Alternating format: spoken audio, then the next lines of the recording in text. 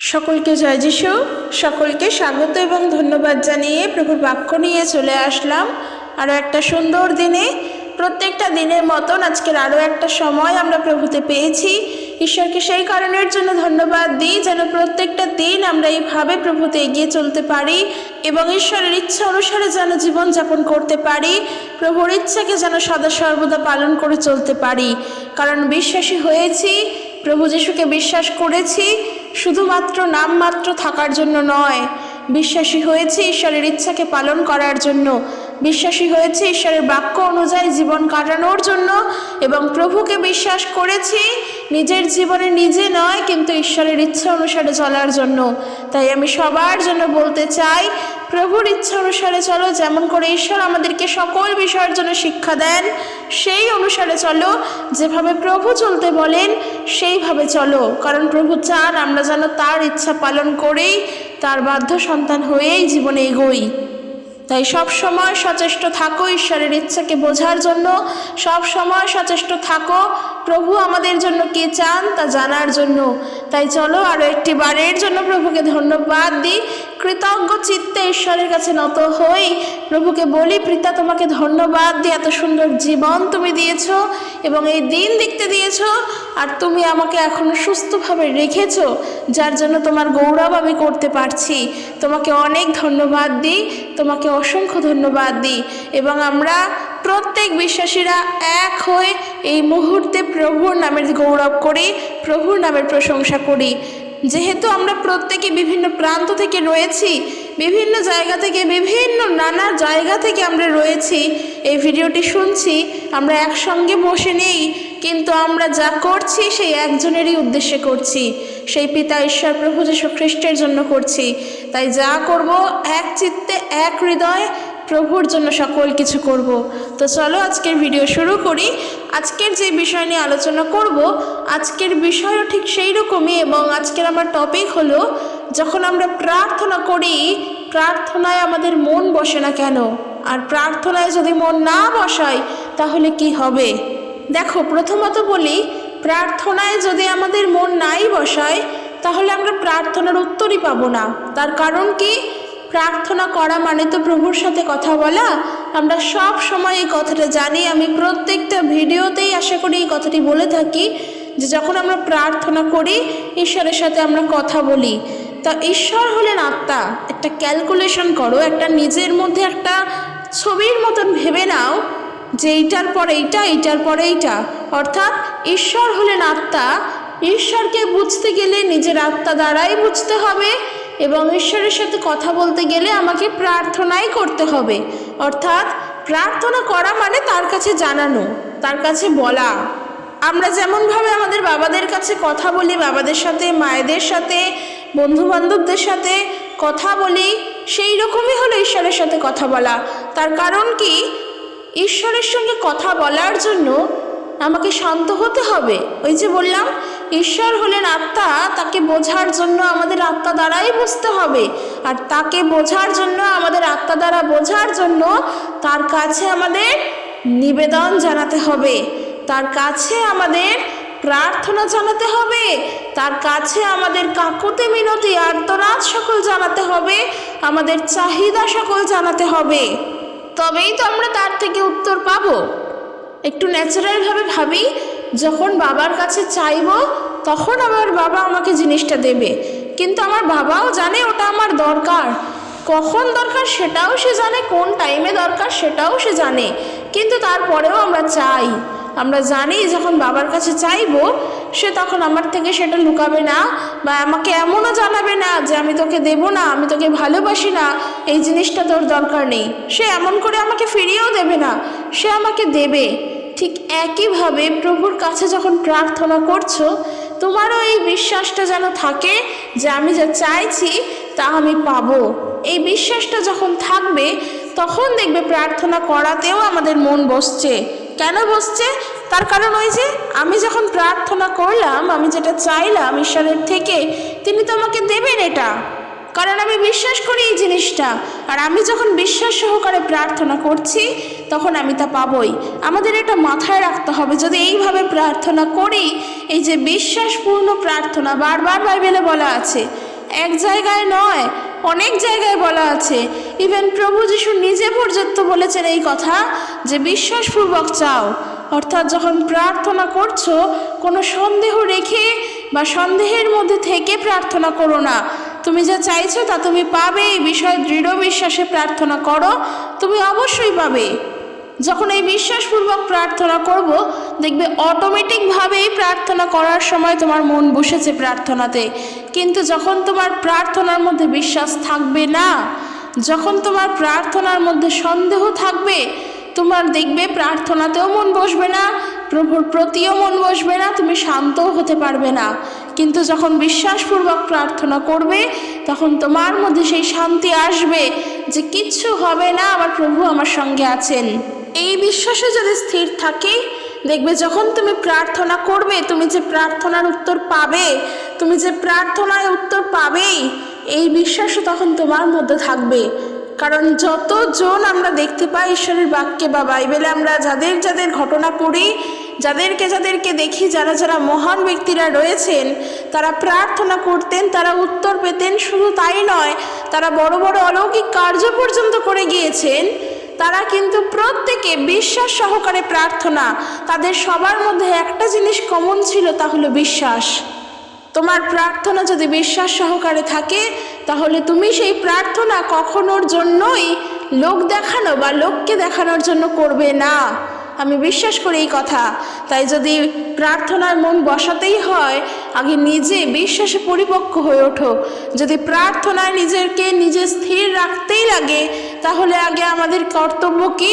নিজের বিশ্বাসকে বৃদ্ধিপ্রাপ্ত করে তোলা। এই বিষয় নিয়ে তো বাইবেলে অনেকের ঘটনা রয়েছে, অনেকের কাহিনী রয়েছে, অনেকের থেকে আমরা, অনেকের জীবন থেকে আমরা শিক্ষা পাই। কিন্তু আমি দানিয়েলের বিষয় বলবো। দানিয়েলের ঘটনা আমাদের সকলের জানা, এমন কেউ নেই যারা আমরা জানি না। কিন্তু যারা যারা নতুন বিশ্বাসী তাদের জন্য বলা।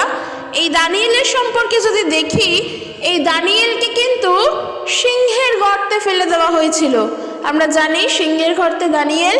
সেই দানিয়েলের কাহিনী যদি দেখি, দানিয়েল পুস্তক তার 6 অধ্যায় যদি পড়ি, দেখো আমি পড়ছি দানিয়েল তার 6 অধ্যায়। আমি একটু কাহিনীটি আগে বলে নিই, তাহলে আমাদের বুঝতে সুবিধা হবে। রাজা দারিয়াবশ যখন দেখলেন যে তার রাজ্যের 120 জন রাজ্যপাল তার সম্পূর্ণ রাজত্বের দায়িত্বটা দেওয়ার ফলে তারা বুদ্ধিমানের মতন কাজ করছেন, এবং তিনি এই 120 জন রাজ্যপালকে তত্ত্বাবধান করবার জন্য 3 জন অধ্যক্ষ নিযুক্ত করলেন। দানিয়েল ছিলেন এই 3 জনের মধ্যেই একজন অধ্যক্ষ। আর এই দানিয়েল ছিলেন একজন বিশ্বাসী, অর্থাৎ সে ঈশ্বরকে বিশ্বাস করতেন, সে ঈশ্বরকে শ্রদ্ধা করতেন, ঈশ্বরকে মান্য করতেন। তিনি কখনো ইচ্ছে করে অথবা ভুলেও কোনো ভুল কাজ তিনি করেননি। আর দানিয়েলের এই উৎকৃষ্ট চরিত্রের জন্য রাজা কিন্তু তাকে একটি ভালো পদে নিযুক্ত করেছিলেন, আর যার জন্য রাজা তাকে খুব ভালোবাসতেন। রাজা তার প্রতি অনেক দায়িত্ববোধ দিয়েও ছিলেন। কিন্তু ন্যাচারালি যেটা হয়ে থাকে, সমস্ত জায়গাতেই হয়, সব জায়গাতেই হয়। আর দেখো তখনকার সময়ও হয়েছে যে কিন্তু অন্য অধ্যক্ষ শাসকরা যারা ছিল, তারা এই খবর শুনে খুবই ঈর্ষান্বিত হয়েছিল যে রাজা ওকে এত ভালোবাসছে, রাজা ওকে এত প্রাধান্য দিচ্ছে। কিন্তু দেখা যাচ্ছে কি, যেহেতু তারা ঈর্ষান্বিত হয়েছে, আর ন্যাচারালি তারা কি করবে, এবার দানিয়েলকে ফাঁদে ফেলার চেষ্টা করবে, কোনো না কোনোভাবে তাকে সমস্যার মধ্যে ফেলতে চাইবে। এই ঘটনা, এইরকম জিনিস কিন্তু বাস্তবেও হয়ে থাকে। কিন্তু অদ্ভুতভাবে দানিয়েল যেহেতু বিশ্বাসী ছিলেন, তার কোনো দোষ ছিল না, তাই অবশেষে সেই লোকেরা দেখলো যে এই দানিয়েলকে কোনো রকমভাবেই কোনো কিছুর দ্বারাই দোষারোপ করা যাচ্ছে না, তার কোনো দোষ তারা খুঁজেই পাচ্ছে না। তাই তারা ঠিক করলো কি, যে তারা রাজার কাছে দানিয়েলের ঈশ্বরের নীতি সম্পর্কিত ব্যাপারে অভিযোগ করবে। এইবার তারা কি করলো, ঈশ্বরের বিষয়ে তারা হস্তক্ষেপ করলো। যেহেতু দেখছে দানিয়েলের কোনো দোষ নেই, এবার তারা ঈশ্বরের বিষয়ে হস্তক্ষেপ করলো। তারা করলো কি, তারা রাজার কাছে গেল, রাজা দারিয়াবশের কাছে গিয়ে একটা নির্দেশিকা জারি করলো কি, 30 দিনের মধ্যে কেউ যদি রাজা ছাড়া অন্য কোনো দেবতা বা মানুষের কাছে প্রার্থনা করে, তবে তাকে সিংহের খাঁচায় নিক্ষেপ করা হবে। বড়ই অদ্ভুত বিষয়। আর যখন সাধারণভাবে এরকম কোনো নির্দেশিকা যদি জারি করা হয়, সাধারণভাবে চিন্তা করে দেখো তো, তখন আমাদের পরিস্থিতি কি হবে? তখন তো রাজার শাসন ছিল, আর এখন তো সরকারের শাসন। সরকার রয়েছে, মন্ত্রী রয়েছে, সবাই রয়েছে। হঠাৎ করে যদি এখন এরকম কোনো ঘোষণা আসে যে সবাই সবার ঈশ্বরকে বাদ দিয়ে, ঈশ্বরকে ত্যাগ করে শুধুমাত্র সরকারকেই প্রাধান্য দেবে, সরকারের নিয়ম অনুসারেই চলবে, কেউ ঈশ্বরকে প্রাধান্য দেবে না, কেউ ঈশ্বরের আরাধনা করবে না, কেউ ঈশ্বরের কাছে প্রার্থনা করবে না, কেউ ঈশ্বরকে ডাকবে না, যদি তারা ঈশ্বরের সেবা করে, ঈশ্বরের পূজা করে, তাহলে কি হবে? তাদেরকে আগুনের মধ্যে বা ওই সিংহের গুহায় নিক্ষেপ করা হবে। হঠাৎ করে যদি এরকম কোনো নির্দেশিকা জারি হয় সরকারের পক্ষ থেকে, চিন্তা করে দেখো তো আমাদের পরিস্থিতিটা কি হবে। আর ঠিক সেটাই করা হয়েছিল দানিয়েলের সময়। দানিয়েলের প্রতি যখন দেখছে দানিয়েলের কোনো দোষ নেই, ঠিক দেখো এরপর কি, রাজার কাছে গিয়ে তো তারা এই নির্দেশিকা জারি করলো এবং এই নির্দেশিকা পাশও হয়ে গেল, এই বিল পাশও হয়ে গেল। কারণ 8 পদে বলছে, মহারাজ আপনি এই আদেশ লেখা কাগজটিতে স্বাক্ষর করে এই আদেশটি অপরিবর্তিত রাখার ব্যবস্থা করুন, কেননা মাদীয় ও পারসিকদের নিয়ম অনুসারে কোনো আইন বা আদেশ বাতিল বা পরিবর্তন হয় না। এটা পারসিকদের নিয়ম, একবার যে নির্দেশ জারি করা হচ্ছে তার পরিবর্তন হবে না, এবং তাই জন্য মহারাজকে অর্থাৎ রাজা দারিয়াবসকে দিয়ে তারা স্বাক্ষর করিয়ে নিল। 10 পদে দেখো, 10 পদে বলছে এদিকে দানিয়েল তিনি কিন্তু প্রত্যেক দিন 3 বার করে নতজানু হয়ে ঈশ্বরের কাছে প্রার্থনা করতেন এবং তার গুণাগুণ করতেন। কেন বলছি আমি আজকের বিষয় নিয়েছি প্রার্থনায় মন বসবো না, বা মন না বসলে কি করব, এই বিষয় নিয়ে। হঠাৎ করে চিন্তা করো, যদি আমাদের রাজ্যে হঠাৎ করে যদি এরকম কোনো নির্দেশিকা জারি হয়, যারা যারা ঈশ্বরের সেবা করে তারা কোনো রকমভাবে ঈশ্বরের আরাধনা করতে পারবে না, তাদেরকে ঈশ্বরের আরাধনা করতে দেখলেই ওই সিংহের গর্তে কিংবা এখনকার সরকারের যে জেলে পুরে দেওয়া হবে। সিংহের গর্তের কথা তো ভেবেই দাও, যদি বলে পুলিশে ধরে নিয়ে যাওয়া হবে, আমাদের তো হাত পা সেখানেই কাঁপতে শুরু করে দেবে। তখন মাথাতেই আসবে না কোথায় প্রার্থনা, কোথায় প্রভু যিশু, কোথায় কাকে ডাকবো, কোথায় দৌড়াবো, তখন আর এগুলো কিছুই মাথায় আসবে না। তখন মনে হবে বাবা আমি চুপচাপ থাকি, ঘরের লাইট অফ করে দিয়ে নিজের মতন বসে থাকি, কিচ্ছু করবো না, কেউ দেখতেও পারবে না। ঈশ্বরের সেবা করা, বাইবেল পড়া, প্রার্থনা করা তো দূরে থাক। সত্যি তখন এই জিনিসগুলো আমাদের মাথায় আসবে, তখন আমাদের মাথায় এইগুলো আনলে চলবে না। তাহলে বলো, যদি এই সময়ে এইরকম পরিস্থিতিতে এইরকম ঘটনা মাথায় আসে, তখন কি প্রার্থনায় মন বসে? একেবারের জন্য না। তাহলে বিপদের মধ্যে যখন আমরা পড়ে যাই, বিপদের সম্মুখীন যখন হই, প্রার্থনায় কিন্তু মন আমাদের তখন বসে না। তো আমি আজকে সেইটাই বলছি যে যদি বিশ্বাস থাকে, সম্পূর্ণ বিশ্বাস এই দানিয়েলের মতো, তাহলে আমাদের বিপদের দিনেই সবথেকে বেশি ঈশ্বরের উপরে নির্ভরশীল হতে হবে। কারণ দানিয়েলকে দেখো, নির্দেশিকা তো জারি হলো, কিন্তু দানিয়েল তো দানিয়েলের মতনই কাজ করে চলেছেন। প্রত্যেক দিন প্রার্থনা করেন, ঈশ্বরের কাছে হাঁটু গেড়ে বসে নতজানু হয়ে দিনে 3 বার তিনি প্রার্থনা করেন, ঈশ্বরের গুণগান করেন, ঈশ্বরের সেবা করছেন। সে তো নত হয়নি। আর যখন তিনি এই আজ্ঞার কথা শুনলেন, তিনি তার বাড়ির ভেতরে গিয়ে জেরুজালেমের দিকে খোলা জানালার কাছে গেলেন এবং নতজানু হয়ে প্রতিদিনের মতো ঈশ্বরের কাছে প্রার্থনা করলেন। তিনি প্রত্যেক দিন তো প্রার্থনা যে করেন শুধু তাই নয়, যখন এই নির্দেশিকা শুনলেন সেই দিনকে গিয়েও তিনি প্রার্থনা করলেন। কিন্তু আমাদের কানে যদি এরকম কোনো নির্দেশিকা আসে, আগেই আমরা বাড়ি এসে চিন্তা করব যে আমরা কি করব, কোথায় পালাবো, কারণ আমার পাড়ার লোক তো জানে আমি প্রভু যিশুর আরাধনা করি। এরকম নির্দেশিকা আসলে আমি কি করব এখন, এই সমস্ত চিন্তা আসবে। কিন্তু দানিয়েলকে দেখো, তিনি তো তা করেননি।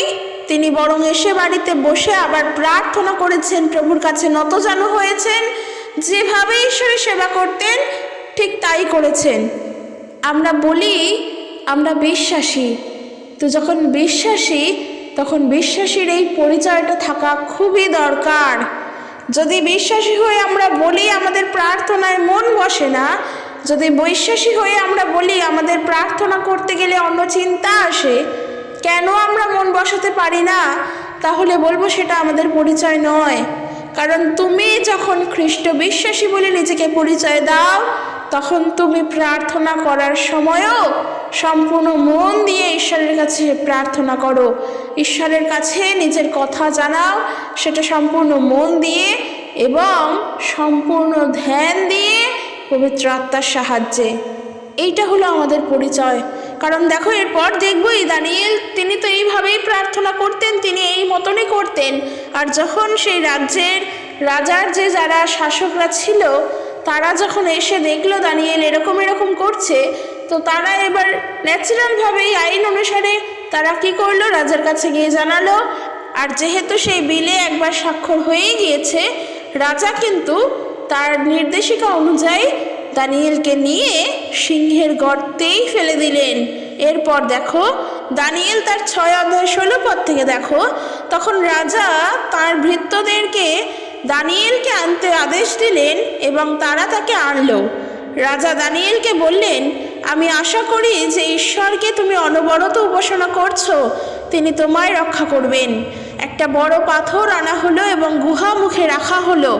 রাজা ও তার কর্মচারীরা সেই পাথরটিতে একটি আংটি দিয়ে শিলমোহর করলেন, যাতে কেউ না সরাতে পারে ওই পাথরটা, এবং দানিয়েলকে গুহা থেকে যেন কেউ বের করে নিয়ে আসতে না পারে। এবং তারপর রাজা তার প্রাসাদে ফিরে গেলেন। এবং রাজা ফিরে যাওয়ার পর সে তো উদ্বিগ্নতায় রয়েছে, সে তো কষ্ট পাচ্ছে। কারণ ওইভাবে একজন মানুষকে অতগুলো সিংহের মাঝে ফেলে দিয়ে আসা, স্বাভাবিকভাবেই চিন্তিত হয়ে থাকতেই হবে, হয়তো কান্নাকাটিও পড়ে যায়। রাজা তিনি সেই রাত্রে খাননি, ঘুমাননি, দেখো এখানে বলছে, এবং তার কাছে কাউকে আসতেও পর্যন্ত দেয়নি। পরদিন সকালে আলো ফোটার সঙ্গে সঙ্গেই তিনি গুহার কাছে ছুটে গেলেন। তিনি গুহার কাছে গিয়ে অত্যন্ত উদ্বিগ্ন স্বরে দানিয়েলকে ডাকতে লাগলেন। তিনি বললেন, হে দানিয়েল, জীবন্ত ঈশ্বরের সেবক, তুমি সব সময় তার সেবা করো। তোমার ঈশ্বর কি তোমাকে সিংহের হাত থেকে রক্ষা করতে সক্ষম হয়েছেন? দানিয়েল উত্তর দিল, দানিয়েল বেঁচে ছিল, তাই তো তিনি উত্তর দিলেন। তিনি উত্তর দিলেন, মহারাজ দীর্ঘজীবী হন। আমার ঈশ্বর আমাকে রক্ষা করবার জন্য তার দূত পাঠিয়েছেন। দূত সিংহদের মুখগুলোকে বন্ধ করে দিয়েছেন। সিংহরা আমাকে আঘাত করেনি, কারণ ঈশ্বর জানেন আমি নির্দোষ। আমি কখনো আপনার প্রতি কোনো অন্যায় করিনি। দারিয়াবাস এই শুনে খুবই খুশি হলেন এবং তার ভৃত্যদের আদেশ দিলেন দানিয়েলকে সিংহের খাঁচা থেকে বের করে আনতে। দানিয়েলকে যখন সিংহের খাঁচা থেকে বের করে আনা হলো, তখন তার শরীরে কোনো ক্ষত পাওয়া গেল না। তার কারণ সিংহরা দানিয়েলকে একটা ক্ষতও পর্যন্ত করেননি, কারণ তিনি ঈশ্বরে বিশ্বাসী ছিলেন। একবার ভাবো, ওই রাতে দানিয়েল যখন সিংহের গর্তে ছিল, সে কি এমনি এমনি বসেছিল? একেবারে না। সে কি করেছিল? সে তো প্রার্থনা করেছিলেন। নিশ্চয়ই সে প্রার্থনা করেছেন, নিশ্চয়ই সে প্রভু শরণাপন্নই ছিলেন। তার কারণ সে ঈশ্বরে বিশ্বাসী ছিলেন। দানিয়েল কিন্তু সিংহের গর্তে যেতে ভয়ও পর্যন্ত পায়নি, কারণ সে ঈশ্বরকে বিশ্বাস করে। একবার চিন্তা করো, সামান্য সামান্য বিষয়ে আমরা চিন্তিত হয়ে প্রার্থনা করতে ভুলেই যাই, প্রার্থনা করতে মনই বসে না, প্রার্থনাতে সময় দিতেই পারি না। শুধু তাই নয়, আমরা এমনও বলি প্রার্থনায় উত্তরও পাই না, মন চঞ্চল হয়ে যায়। এই প্রশ্নগুলো উঠে আসে না? এই দানিয়েলের কথা চিন্তা করো তো, অতগুলো সিংহের মাঝে যখন তিনি একা বসে, তাহলে সে যদি ওই সময় বসে প্রার্থনা করে, তার কি সত্যি প্রার্থনায় মন বসে? সত্যি কি প্রার্থনার মধ্যে মন তখন বসে না? প্রার্থনা করতে ইচ্ছা করে, কিন্তু সে করেছে। এই যে আমাদের ঈশ্বর, জীবন্ত ঈশ্বর, সে কিন্তু দানিয়েলকে বাঁচিয়েছে। একটা সিংহ তাকে আঘাত পর্যন্ত করতে পারেনি। প্রার্থনায় যেমন জোর, বিশ্বাসে তেমনি জোর থাকতে হবে। প্রার্থনায় জোর আর বিশ্বাসের জোর মিলে আমরা প্রভুর নামেতে এগিয়ে চলতে পারবো। কারণ একজন বিশ্বাসে প্রচুর জোর হয়। বিশ্বাস দ্বারা আমরা অনেক কিছু করতে পারি। ঠিক একইভাবে ঈশ্বরের কাছে প্রার্থনা দ্বারাও আমরা অনেক অসম্ভব কাজকে ঈশ্বরের নামেতে সম্ভব করতে পারি। তাই প্রার্থনা করা, প্রার্থনায় মন বসানো আমাদের জন্য খুবই দরকার। এখন প্রশ্ন হলো, প্রার্থনায় মন বসাবো কি করে? ওই যে আমি একটি বিষয় নিয়ে এতক্ষণ বললাম, তা হলো বিশ্বাস। যদি সম্পূর্ণ বিশ্বাস প্রভুর প্রতি থাকে যে আমি যে প্রার্থনা করছি তার উত্তর আমি পাবো, তাহলে অবশ্যই তোমার প্রার্থনায় মন বসবে। বিশ্বাসবিহীন প্রার্থনা মৃত, কারণ বিশ্বাস যদি প্রার্থনায় না থাকে সেই প্রার্থনার উত্তর তুমি পাবে না। বিশ্বাস ছাড়া তুমি ঈশ্বরকেই জানতে পারবে না। তো ঈশ্বরকে যদি না জানো তাহলে আর কার কাছে প্রার্থনা করবে? তাই বিশ্বাস থাকাটা খুবই প্রয়োজন, খুবই প্রয়োজন। এই দানিয়েলের জীবনে দেখো, তিনিও তো একজন সাধারণ মানুষ আমাদের মতনই। এখন আমাদের কথা আমরা বলতেই পারি, আমরা তো আর দানিয়েলের মতো হতে পারবো না। কেন হতে পারবো না? কারণ তিনি বিশ্বাসী। তার জীবনযাপন দেখো, তার জীবনযাপন দেখে নিজের বিশ্বাসকে এইভাবে বৃদ্ধি করতে চেষ্টা করো। তাই এই বিশ্বাস আমরা কার প্রতি করছি? ঈশ্বরের প্রতি। কেন আমরা হতে পারবো না? সেও সাধারণ মানুষ, আমরাও সাধারণ মানুষ। সে যাকে বিশ্বাস করে আমরা তাকে বিশ্বাস করি। সে যার উপর নির্ভরশীল আমরাও তার উপরে নির্ভরশীল। সে যার আরাধনা করছে আমরাও তারই আরাধনা করছি। তাহলে সে যদি এইভাবে বিশ্বাসে থাকে, আমরা কেন শিখতে পারবো না তার জীবন থেকে? তাহলে আমরা কেন আমাদের বিশ্বাসে দৃঢ় হতে পারবো না? দৃঢ় আমাদেরকে হতে হবে। তাই প্রার্থনা করার সময় সম্পূর্ণ হৃদয় দিয়ে, সম্পূর্ণ অন্তঃকরণ দিয়ে ঈশ্বরের কাছে প্রার্থনা করতে হবে। প্রার্থনায় আমাদের উত্তর না পাওয়ার আরও একটা কারণ আছে, তাহলে আমাদের মন চঞ্চল, আমাদের মন স্থির না। আমরা বলি না প্রার্থনায় মন বসে না, প্রার্থনার উত্তর পাই না। তার আরও একটা বিশাল বড় কারণ হলো আমাদের মন চঞ্চল। মন আমাদের স্থির নয়। আজ এটা ভাবছি তো কাল ওটা ভাবছি, আজ এক্ষুনি এই মুহূর্তে ভাবছি এইভাবে প্রার্থনা করলে এটা পেয়েই যাব, অমনি সঙ্গে সঙ্গে পরবর্তীকালে ভাবছি যে না থাক, ওইভাবে প্রার্থনা করলে পাবো। আজ মনে করছি প্রভুর এই সেবা কার্য করতে গেলেই আমার অনেক কিছু হবে, আবার কিছুক্ষণ পর মনে করছি যে না এখানে থেকে আমি কিছু করতে পারবো না। এই যে অস্থিরতা, এই যে সবসময়ের জন্য একটা উদ্বিগ্নতা চলছে, আমি প্রার্থনা করছি আমি উত্তর পাবো, আবার মনে হচ্ছে ধর কি উত্তর পাবো, দেখতেই পাচ্ছি আমার সমস্যাগুলো আমার সঙ্গে সঙ্গে চলছে, তাহলে আর আমি কার উপরে ভরসা রেখে উত্তর পাবো? এইরকম যদি উদ্বিগ্নতা, এইরকম যদি দোলাচল থাকে নিজের মধ্যে, কখনো তোমার মন বসবে না। কারণ ঈশ্বর চান না আমাদের হৃদয় যেন এরকম উদ্বিগ্ন থাকুক। আর সেই কারণের জন্য তার বাক্য থেকে শিক্ষা পাই, নিজের মনকে শান্ত করো, নিজের হৃদয়কে শান্ত করো, ঈশ্বরে বিশ্বাস করো। যদি না নিজের থেকে শান্ত হই, প্রভুর প্রতি বিশ্বাস আমরা ধরে রাখতে পারবো না। আমাদের মন যত চঞ্চল থাকবে তত আমরা প্রভুর প্রতি এগোতে পারবো না। কারণ চঞ্চলতার কাজ দিয়াবলের কাজ, আর আত্মার ফল কি? দীর্ঘ সহিষ্ণুতা, অর্থাৎ ধৈর্য। এই ধৈর্য যদি না থাকে তাহলে প্রার্থনার মন বসবে কি করে? যদি ধৈর্যই না থাকে প্রার্থনাতে মন বসাবো কি করে? যদি 2 ঘন্টা সময় তোমাকে বলা হলো তুমি সেবা কার্য করো, মিনিস্ট্রি করো, মণ্ডলীতে চাও, এই রবিবারে 2 ঘন্টা সময় তোমার প্রভুর জন্য, এই 2 ঘন্টা সময়ের মধ্যে 1/2 ঘন্টা যদি প্রার্থনার জন্য রাখা হয়, 1/2 ঘন্টাও তো ছেড়ে দিলাম, যদি 10টা মিনিট প্রার্থনার জন্য রাখা হয়, ওই 10 মিনিট যদি তুমি হৃদয় থেকে শান্ত হয়ে প্রার্থনা করো, তুমি উত্তর পাবে। কিন্তু ওই 10 মিনিটও যদি তুমি চঞ্চল থাকো, 2 ঘন্টা তো অনেক বেশি সময় বললাম, আমি 1 ঘন্টাই ধরলাম, ওই 10 মিনিটে যদি তুমি চঞ্চল থাকো, উত্তর তুমি পাবে না। কারণ চঞ্চলতা কখনো আত্মার ফল নয়। তাই প্রার্থনায় নিজের মনকে বসাতে গেলে আগে নিজেকে শান্ত হতে হবে। তোমরা অনেকে অনেক কমেন্ট করেছো, আমি দেখেছি যে তোমাদের চঞ্চলতা চলে আসে, তোমরা প্রার্থনা করতে গেলে মন বসাতে পারো না। ওই যে বললাম যে হাই ওঠে, ঘুম পায়, এই জিনিসগুলো হয়। মন যত চঞ্চল থাকে দিয়াবলের কাজ করতে তত আরো সুবিধা হয়। তার কারণ কেন জানো তো? কারণ ওই যে তোমার মনটা চঞ্চল, তুমি প্রার্থনা করতে বসলে, কিন্তু দিয়াবল তো জানে ঈশ্বর যেমন আমাদের সঙ্গে 24টা ঘন্টা, দিয়াবলও তাই। সে তো জানে যে তোমার মন চঞ্চল, তুমি প্রার্থনা করতে বসলে তোমার প্রতি এখনই কাজ করা সব থেকে সুবিধা হবে। কারণ তোমার মন তো ঈশ্বরের প্রতি স্থির হতে পারছে না, আর এই সুযোগটা কিন্তু তুমি নিজেই করে দিলে।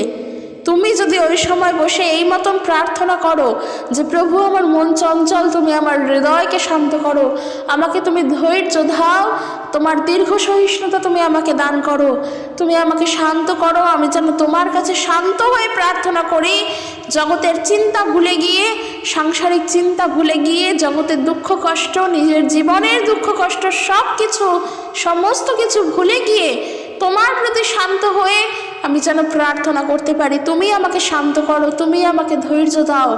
যদি এই প্রার্থনা করো, ওখানে দিয়াবল কাজ করবে না, কারণ তুমি এই প্রার্থনা করছো, তুমি জানো এটা তোমার দুর্বল জায়গা, আর তুমি তোমার দুর্বল জায়গার জন্য প্রার্থনা করছো। আর তোমার এই দুর্বল জায়গায় ঈশ্বর তোমাকে গড়ে তুলবেন, তোমার এই দুর্বল জায়গাকে ঈশ্বর সবল করে তুলবেন। কিন্তু নিজের দুর্বল জায়গা যদি তুমি নিজে থেকে দেখিয়ে দাও দিয়াবলকে, সেখানে কি করে তুমি সুযোগ দিলে ঈশ্বরকে যেন তিনি কাজ করেন? বরং তুমি তো দিয়াবলকে সুযোগ দিলে। তাই যখন তুমি জানো তোমার প্রার্থনা করতে বসলে ঘুম পায়, হাই ওঠে, মন চঞ্চল থাকে, মনকে স্থির করতে পারো না, যখন এই সমস্যাগুলো জানো, অথচ তুমি বললেই যাচ্ছ যে তুমি প্রার্থনা করছো উত্তর পাচ্ছ না, প্রার্থনা করছো উত্তর পাচ্ছ না, কেন পাচ্ছ না? আগে সেটার জন্য প্রার্থনা করে দেখো যে প্রভু আমার ভুলগুলো তুমি আমাকে ধরিয়ে দাও, এবং ওই ভুলগুলো যেন থেকে বেরিয়ে আসতে পারি, ওই ভুলগুলো যেন শুধরে নিতে পারি, সেই বিষয়ে আমাকে তুমি শিক্ষা দাও। এইভাবে আগে প্রার্থনা করে দেখো উত্তর তুমি পাও কি না। যদি যখন বুঝতে পারবে তোমার ভুল কোনগুলো, প্রার্থনা করে যখন জানতে পারবে যে তোমার ভুল কোনগুলো হচ্ছে, তখন তুমি নিজেকে শুধরাতে পারবে, প্রার্থনা আবার তখন তুমি করো। কিন্তু কেন উত্তর পাচ্ছ না, কেন মন বসছে না, এই জিনিসগুলোর জন্য আগে থেকে ভেবো না। মন কেন বসছে না, কি কারণের জন্য বসছে না, আগে কারণটা খোঁজো, প্রার্থনা করো সেই কারণটার জন্য, যেন সেটা ঠিক হয়ে যায়। উত্তর তো তুমি এমনিই পাবে। তুমি যদি জেনেই থাকো তোমার মন চঞ্চল প্রার্থনা করতে গেলে, তাহলে তোমার আগে করণীয় কি? নিজের মনকে আগে শান্ত করা। কারণ ঈশ্বরকে বুঝতে গেলে আত্মা দ্বারা বুঝতে হয়। আর তোমার আত্মা যদি, তোমার হৃদয় যদি, তোমার মন, তোমার দেহ, তোমার শরীর, এই সমস্তটাই যদি প্রভুতে চঞ্চল থাকে, কখনোর জন্য বুঝবো না। আগে নিজেকে স্থির করতে হবে, নিজেকে শান্ত করতে হবে, ধৈর্য ধরতে হবে। আমি যা চাইলাম প্রভু আমাকে তা দেবেন, এই বিষয়ে আমি ধৈর্যশীল। উত্তর তো তাহলে তিনি দান করবেন, তাই না? এই দানিয়েলের কাহিনী থেকেও তো আমরা তাই শিখলাম। যখন দানিয়েল ওরকম শুনলেন, তিনি তো চঞ্চল হয়ে ওঠাটাই স্বাভাবিক ছিল, তিনি তো চঞ্চল হয়েই উঠতেন, তিনি তো চঞ্চলতায় চলে যেতেন যে এবার কি হবে, কি করব, আমি তো ঈশ্বরকে ছাড়তে পারবো না, তাহলে আমি কি করব? আমি কি প্রার্থনা করা বন্ধ করে দেব? কিংবা আমি তো ঈশ্বরকে ছাড়তে পারবো না, এই চিন্তা তার মাথায় আসতে পারতো। কিংবা এমনও হতে পারতো যে কি করব, আমি তো ঈশ্বরেরই সেবা করি, তাহলে আমাকে সিংহের গর্তে যেতে হবে, তাহলে আমি প্রভুর কাজ করব না, কিছুদিন বন্ধ রাখি, কিছুদিন রাজার সেবা করি, কি হয়েছে, আমি তো বিশ্বাসী। এইরকম উদ্বিগ্ন তো আসতে পারতো দানিয়েলের জীবনে। কোনো কিছুই প্রভাব ফেলেনি দানিয়েলের জীবনে ওই ঘটনার পর। উল্টে আরো সে কি করলো, আমরা যেটা পড়লাম দানিয়েল তার 6 অধ্যায় 10 পদ, দানিয়েল প্রত্যেক দিন 3 বার করে নতজানু হয়ে ঈশ্বরের কাছে প্রার্থনা করতেন এবং তার গুণগান তিনি করতেন। যখন তিনি এই আজ্ঞার কথা শুনলেন, তিনি তার বাড়ির ভেতরে গিয়ে জেরুজালেমের দিকে খোলা জানালার কাছে গেলেন এবং নতজানু হয়ে প্রতিদিনের মতো ঈশ্বরের কাছে প্রার্থনা করলেন। নির্দেশিকা জারি হলো তো হলো, প্রত্যেক দিন তিনি যেভাবে প্রভুর কাছে নততায় চলতেন, সেইভাবে কিন্তু তিনি নিজের হৃদয়কে একবারের জন্য উদ্বিগ্ন না করে সে কিন্তু ন্যাচারালি প্রত্যেক দিনের মতোই প্রভুর কাছে প্রার্থনা করলেন। কারণ সে জানেন যে সে ঈশ্বরকে বিশ্বাস করে, তার প্রার্থনার উত্তর ঈশ্বর দেন। আর সে জানেন যে আমি বিশ্বাস করি প্রভুকে, সেই প্রভু আমার কিছুই হতে দেবেন না, তাই আমি ভয়ও পাবো না, উদ্বিগ্নও হব না, চঞ্চলও হব না। আর তার ফলস্বরূপ দেখো, দানিয়েলের কিন্তু কিচ্ছু হলো না, বরং সে আরও রক্ষা পেল, আমাদের জীবন্ত ঈশ্বর তাকে রক্ষা করলো। তাই প্রার্থনা করার সময়, প্রার্থনা করতে বসলে, বা শুধু তাই নয়, খ্রিস্টীয় জীবন যাপন করার সময় চঞ্চলতাকে নিজের থেকে দূরে রাখতে লাগবে। হৃদয় উদ্বিগ্ন থাকলে, হৃদয় চঞ্চল থাকলে কখনো ঈশ্বরের রবকে আমরা শুনতে পারবো না। কারণ ঈশ্বরের রবকে শোনার জন্য নিজেকে আগে শান্ত করো। প্রভু তো শান্ত, তিনি তো ধীর স্থির, তিনি তো গোলযোগের নন, তিনি তো শান্ত। তাই তাকে জানার জন্য আগে নিজেকে শান্ত করতে হবে, তারপরে প্রার্থনায় বসো, দেখো উত্তর পাও কি না। কোনো ঘটনার জন্যই, কোনো ঘটনাই আমাদের জীবনে প্রভাব ফেলতে পারবে না, কারণ আমরা প্রভুকে বিশ্বাস করি। আর আমরা জানি প্রভু যিশু আমাদেরকে এই বিষয়ে শিক্ষা দিয়েছেন কি, তিনি আমাদেরকে বলছেন যে প্রার্থনাকালে তোমরা অনর্থক পুনরুক্তি করিও না, যেমন জাতিগণ করিয়া থাকে, কেননা তাহারা মনে করে বাক্য বাহুল্যে তাহাদের প্রার্থনার উত্তর পাইবে। অতএব তোমরা তাহাদের মতো হইও না, কেননা তোমাদের কি কি প্রয়োজন তা যাচনা করিবার পূর্বে তোমাদের পিতা জানেন। ওই যে বললাম, কি দরকার না দরকার সবটা ঈশ্বর জানেন। তাই প্রার্থনা করার সময় যেন আমরা অন্তরাগারে প্রবেশ করি এবং দ্বার রুদ্ধ করিয়া তোমার পিতা যিনি গোপনে বর্তমান তাহার নিকটে প্রার্থনা করিও, তাহাতে তোমার পিতা যিনি গোপনে দেখেন তিনি তোমাকে ফল দিবেন। একদম ঈশ্বরের সেবা কার্য করতে গেলে লোককে দেখিয়ে নয়, লোকের কাছে প্রকাশ করে নয়। ধার্মিকতা কখনো দেখিয়ে প্রকাশ করে হয় না, বরং যাকে দেখানোর, যার জন্য সবটা করছো শুধু তাকেই দেখাও। আর তা দেখানোর জন্য যদি গোপনে করতে হয় তাহলে তাই করো, কারণ তিনি তোমাকে গোপনেই দেখছেন, তিনি তোমাকে গোপনেই ফল দেবেন। প্রভু যিশু তিনি যখন কিছু করতেন, তিনি যখন তার প্রথম অলৌকিক কার্য করেছিলেন কান্নানগরে বিয়েবাড়িতে, তিনি যা করেছিলেন সেই কাজ কিন্তু কেউ জানেনি যে ওই কাজটি কে করেছিল, বরং সেই বিয়েবাড়ির যে বর অর্থাৎ যার বিবাহ হচ্ছিল তাদের প্রশংসা হয়েছে যে তারা সুখাদ্য দিয়েছিল। কিন্তু কাজটা, অলৌকিক কাজ তো প্রভু যিশু করেছিলেন, সে কিন্তু নিজের নামে একবারও কাউকে ফলাও করে দেখিয়ে বলেনি যে এই কাজ আমি করেছি। তাই যা করব প্রভুর জন্য করব, প্রভুকে দেখিয়ে করব। প্রার্থনা করতে বসলে নিজের হৃদয়কে শান্ত করো, ওই হৃদয় শুধু ঈশ্বর দেখবেন, চঞ্চলতায় নয়। আর বিশ্বাসপূর্বক প্রার্থনা করো, উত্তর আমরা বিশ্বাসপূর্বক প্রার্থনাতেই পাবো। তো আমি বিশ্বাস করি আজকের এই ভিডিওর দ্বারা তোমরা আশা করি অনেক উপকৃত হয়েছে এবং ঈশ্বরের আশীর্বাদ তোমরা পেয়েছো। আমি বিশ্বাস করি এই ভিডিওর দ্বারা তোমরা প্রভুর বিষয় আরও শিখতে পারলে। আর আমি এটাও বিশ্বাস করি এই ভিডিও তোমরা সবার কাছে শেয়ার করবে, কারণ এটা সবার জানা প্রয়োজন। কারণ প্রার্থনা করার সময় অনেকেই আমরা চঞ্চল হয়ে পড়ি, প্রার্থনায় মন আমাদের অনেকেই বসে না, তাই এটা শোনা খুবই দরকার। যদি ভালো লাগে ভিডিওটি লাইক কমেন্ট করে জানিও, আর ভিডিওটি অবশ্যই শেয়ার করে দিও। ঈশ্বর তার আপন বাক্যের দ্বারা প্রত্যেকজনকে আশীর্বাদ যুক্ত করুক। জয় যিশু, প্রেজ দ্য লর্ড।